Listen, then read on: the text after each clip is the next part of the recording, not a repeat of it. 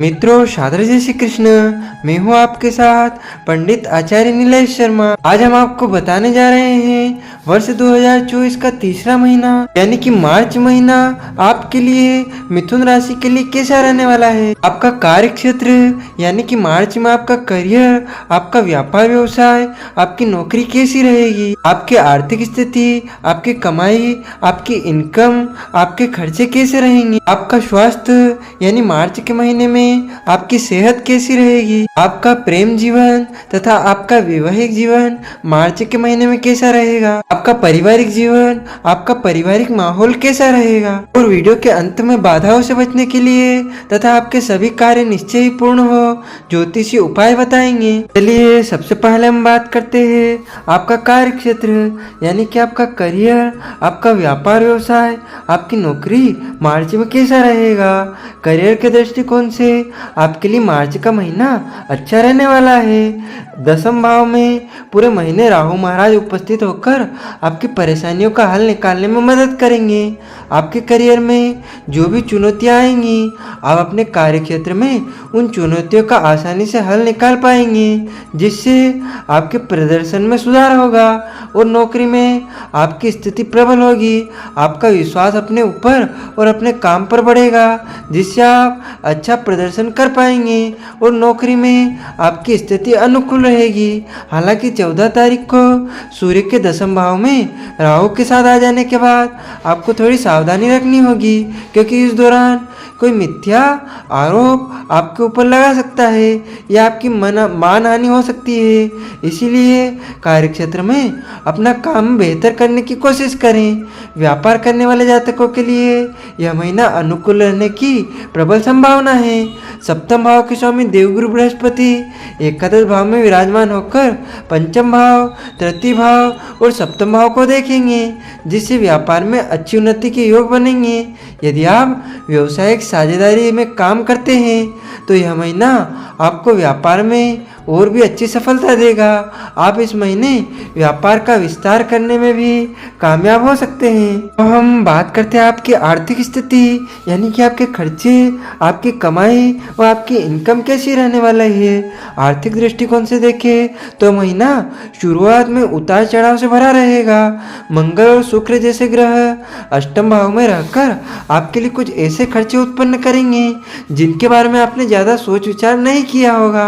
यह खर्चे आपसी सुख के लिए भी हो सकते हैं और कुछ छुपी हुई चीज़ों के लिए भी, लेकिन इनमें आपका खर्च बढ़ सकता है और आपकी आर्थिक स्थिति पर दबाव आ सकता है। लेकिन देवगुरु बृहस्पति एकादश भाव में रहकर निरंतर आपको आर्थिक लाभ प्रदान करते रहेंगे। इसके साथ ही शनि महाराज भी 9वें भाव में स्थित होकर आपके एकादश भाव को पूर्ण दृष्टि से देखेंगे, जिससे लंबी यात्राओं से लाभ होगा।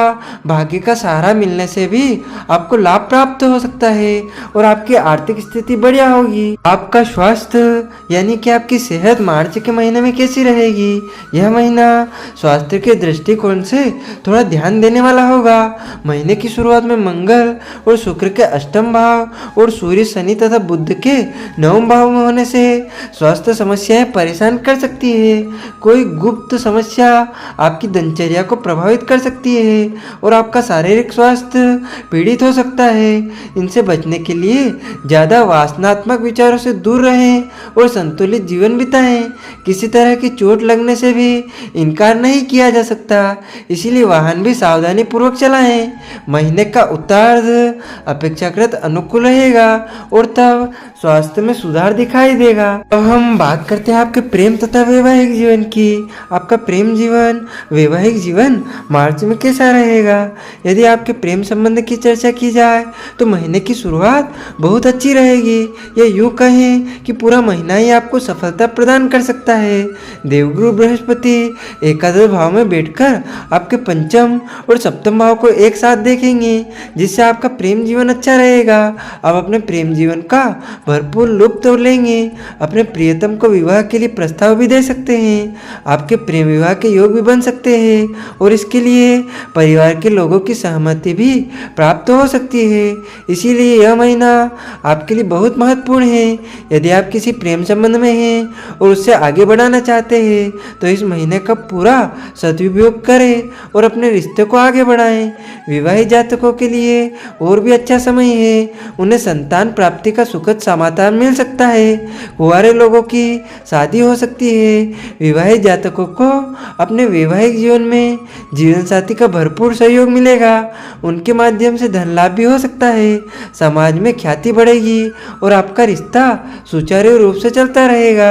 हालांकि कुंडली के अष्टम भाव में मंगल के शुक्र के साथ होने से आप कुछ समय के लिए विवाहित संबंधों की ओर भी बढ़ सकते हैं। इनसे बचकर रहने की कोशिश करें और ससुराल के लोगों से भी अच्छा सामंजस्य बनाए रखें और अच्छी बातचीत करें। अब हम बात करते हैं आपके पारिवारिक जीवन की। आपका पारिवारिक माहौल मार्च के महीने में कैसा रहेगा? यह महीना पारिवारिक जीवन के लिए कुछ तनावपूर्ण रह सकता है। हालांकि भाई बहनों से आपका अच्छा सामंजस्य रहेगा। बृहस्पति महाराज की कृपा पंचम, तृतीय भाव तथा सप्तम भाव पर होने से जीवन साथी का सहयोग मिलेगा। भाई बहनों को भी आप प्रेम भरी दृष्टि से देखेंगे। प्रियजनों से आपके संबंध सुधरेंगे, लेकिन पारिवारिक स्थितियों में उतार चढ़ाव रहेगा। राहु और केतु के दसम भाव और चतुर्थ भाव पर बने रहने के कारण माता पिता का स्वास्थ्य भी प्रभावित हो सकता है, इसीलिए आपको उनका भी ध्यान रखना होगा। परिवार में कुछ अशांति का माहौल रह सकता है, जो 14 तारीख को सूर्य के दसम भाव में आने के बाद और बढ़ सकता है। इस दौरान पिताजी को बड़ी स्वास्थ्य समस्या परेशान कर सकती है, इसलिए उनका विशेष रूप से ख्याल रखें। आपका अधिक समय परिस्थितियों को संभालने में बीत सकता है, लेकिन आपको परिस्थितियों को आगे हार नहीं माननी चाहिए और आपको बाधाओं से बचने के लिए तथा आपके सभी कार्य निश्चय पूर्ण हो इन ज्योतिषी उपायों को करना चाहिए। आपको बुधवार के दिन श्री विष्णु सहस्त्र नाम स्तोत्र का नियमित पाठ करना चाहिए। मंगलवार के दिन हनुमान जी को 4 केले अर्पित करें। राहु की कृपा प्राप्त करने के लिए और अशुभ प्रभाव से बचने के लिए श्री दुर्गा चालीसा का पाठ अवश्य करें। आपको रविवार के दिन बेल को गुड़ खिलाना चाहिए। इन ज्योतिषी उपायों से आपके ऊपर आने वाली सभी बाधाएं शांत होंगी और आपके सभी कार्य निश्चय ही पूर्ण होंगे। आपको और आपके पूरे परिवार को सादर जय श्री कृष्ण, सादर धन्यवाद। जय श्री राम।